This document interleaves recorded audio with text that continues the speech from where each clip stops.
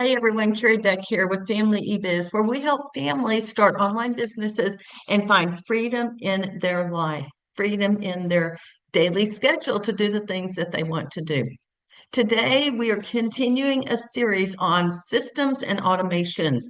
Last week, we talked about repeated things that are repeated, someone else or automated. Do something to where you are not doing it every day. Today, I want to move further into that, and we want to simplify and scale. How can systems save your sanity in 2026? You see, December is going to prove whether your business already has systems or not, because let's face it, life gets busy. And if you don't have systems in place, things are going to fall through the cracks and your business isn't going to run. That's just the truth of it. I don't know, whether you like McDonald's hamburgers or the franchise, I don't know. But back in the 1940s, that company using something called the Speedy Service System. It was founded on systems. It wasn't the burgers so much as the system, because anyone could come in, be trained on how to cook the French fries or how to cook the burgers or how to make a shake, because it was done the same way every day, over and over and over again. You put two pickles and ketchup on a kid's burger, hamburger, and that's it. Put the bun on and we're done. You put the right things in the Happy Meal box and here, the hamburger, the French fries, or whatever they get in the drink. It was a system. Does your business have systems? You see, content is not the bottleneck. Systems are the bottleneck. If you don't have systems in place, you are being drained, you are burned out, and we want to change that. So what I want to talk to you about are some strategies that you could do. The first one is when people come into your world, into your business, is it automated? Well, we talk about a lot of this with our email, but is it automated? You can make an automated system feel personal. So, some ideas that you can do. A welcome email funnel. We'll talk a little bit more about emails in a few weeks and that system, but a welcome email, you can put it, I don't send personally an email every time someone signs up for a lead magnet or even buys my course. So you need to put that on automation and whatever system you want to do in your welcome email. Another thing might be a start here guide. When people buy my products, not all of them, but several of them, I have a welcome video. It's all right there. When they buy it, they are automatically sent to their members area, and there's a start here guide. And whether that's a video or whether sometimes it's a video and two or three things in a list just to get them going. You might also put something on your onboarding, a nurture series, maybe a three-part nurture series. One of my lead magnets is like a nurture series. It is how to simplify your homeschool.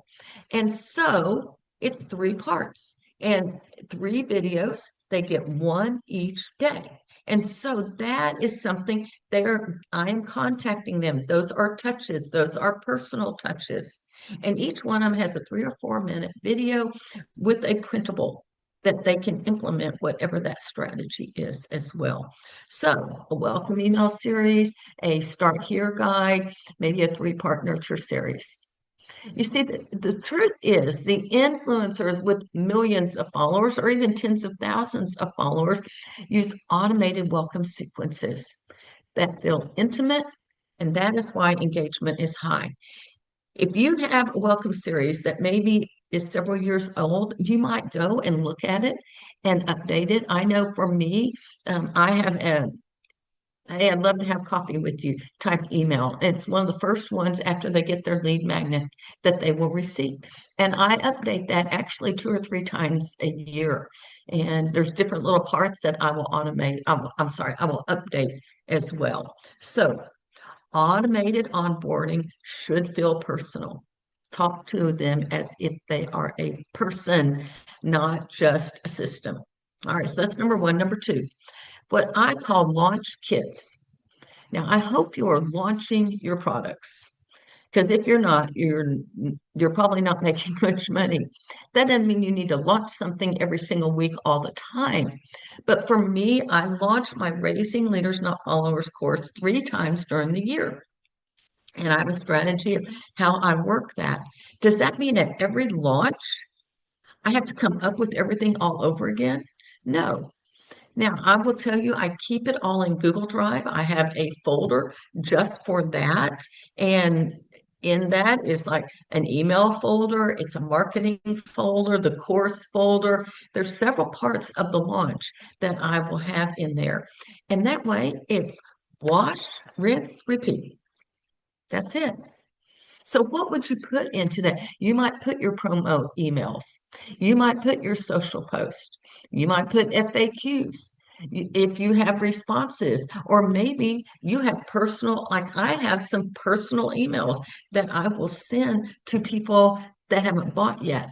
Now, how do I make them personal? It's an email, and then I fill in the blanks in the middle of the email based on the actions that that person has taken. I do the same thing with family eBiz.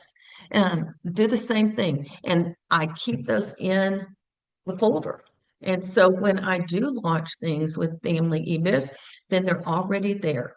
When I launch my mastermind, I'll send personal emails to people that have been on my list for years, but I make it personal so that they know that I'm talking to them. Replay email would be another thing, or your web pages. Now, I will tell you, in the past, all my emails I just saved in Aweber, my email service provider.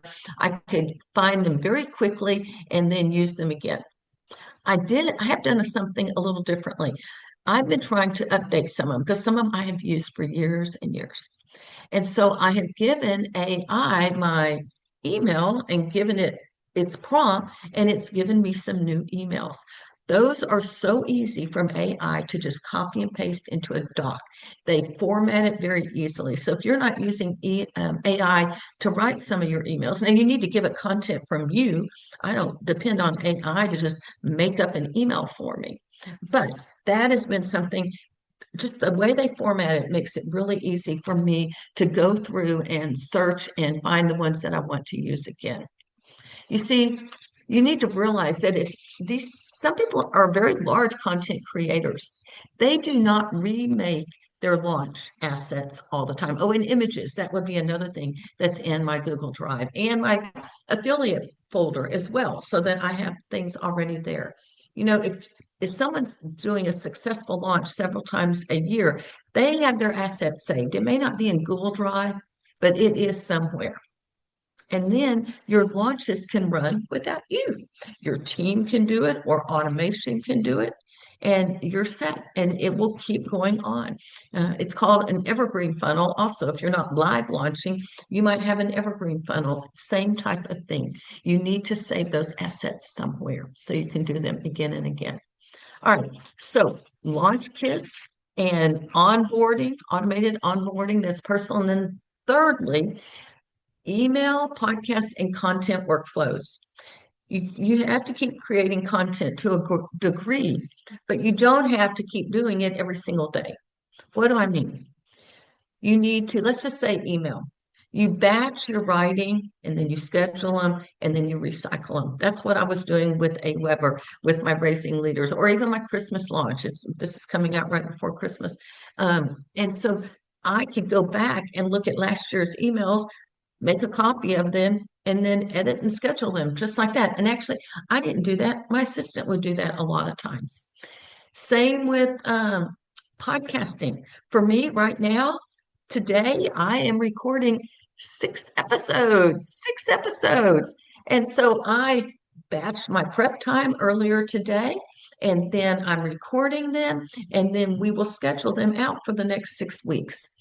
That's going to say that's a workflow. It's all taken care of. Now, some of that's automated, all within there. So if you're writing emails, producing content, doing a podcast, then that needs to be a workflow. Use templates for your podcast notes, for your blog outlines, and for your pin sets. We've talked about that in the past. You should have templates in Canva for your pins so that you're not creating a new one every single time. Same with blog outlines. You ought to have a system of how you are doing this.